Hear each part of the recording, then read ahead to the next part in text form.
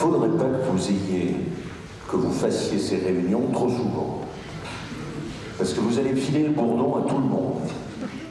Dès sa première phrase, Alain Rousset pose le ton de la réunion. S'il est venu à Limoges, c'est pour crever l'abcès.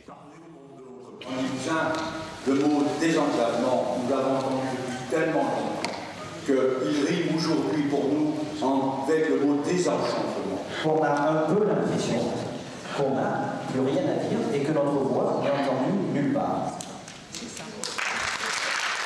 Au centre de l'arène, le patron de la Nouvelle-Aquitaine écoute les frustrations limousines accumulées, mais reste droit dans ses bottes, comme le dirait un autre Bordelais. Derrière vous, il a écrit Limousin, réveille-toi.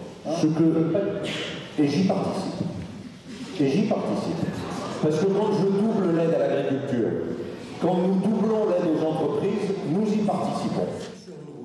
Face au public venu très nombreux, au milieu d'autres élus plutôt silencieux, Alain Rousset rappelle qu'en 1 an et demi, il a doublé les aides aux entreprises et à l'agriculture du Limousin et qu'il va soutenir massivement l'université de Limoges.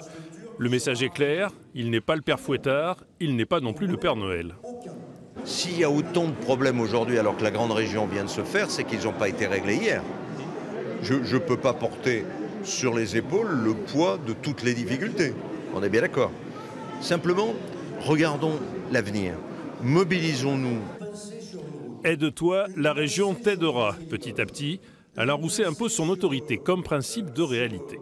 Les gens voient que ce changement n'est pas quelque chose de négatif et qu'ils n'ont pas tout perdu, mais qu'ils sont dans un autre contexte dans lequel il y a des avantages et il y aura de toute façon des inconvénients, comme dans la vie en général. On a posé toutes les questions ce soir, on a posé des questions tabous, on a un peu bousculé les élus, mais c'est important. Et on a posé la question du désenclavement, on a posé la question des investissements.